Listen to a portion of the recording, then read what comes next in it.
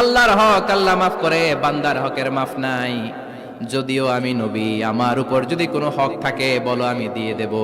কোন সাহাবী দাঁড়ায় না। এক সাহাবী দাঁড়িয়ে বলল, নবী, যুদ্ধের ময়দানে চাবুক চালানোর সময়, লাঠি চালানোর সময় এক কাফেরকে মারতে যে আপনার লাঠির বাড়ি আমার পিঠের মধ্যে পড়েছে।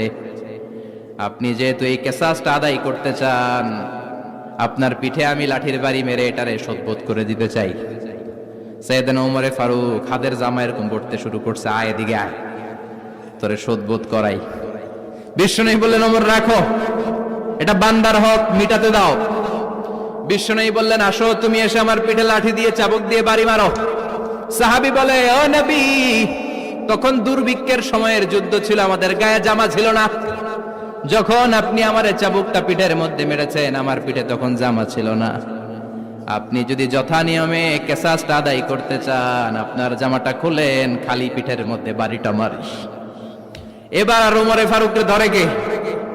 এদিকে আয়, তোরে দেখাইতেছে। বিশ্বনবী বললেন, ওমর থামো, মারতে দাও। বিশ্বনবী উনার জুব্বাটা উপরের দিকে উঠালেন, পিঠের মধ্যে বাড়ি দেওয়ার জন্য ওই সাহাবীকে ডাকলেন। ওই সাহাবী বিশ্বনবীকে পিছন দিক থেকে জড়িয়ে ধরে ওই মোহরে নবুয়তের মধ্যে চুমু দিয়ে ফেলেছে। সাহাবী বললেন, নবী গো, এই নাটক করার জন্য আপনি আমারে মাফ করে দিয়েন।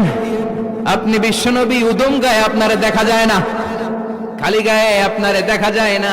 শুনেছি আপনার পিঠের মধ্যে মোহরে নবুয়ত আছে। অনেক দিনের সাধনা, জল্পনা কল্পনা, আপনার মোহরে নবুয়তে আমার ঠোঁটটা আমি লাগাবো।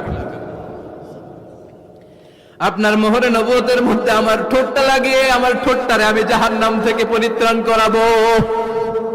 এজন্য প্ল্যান প্রোগ্রাম করে এতক্ষণ আপনার জামাটা খুলতে বলেছি। আপনার উপরে আমার কোনো হক নাই। আমার আব্বা মা, আমার সম্পদ, আমার জীবন আপনার জন্য কোরবান গো নবী।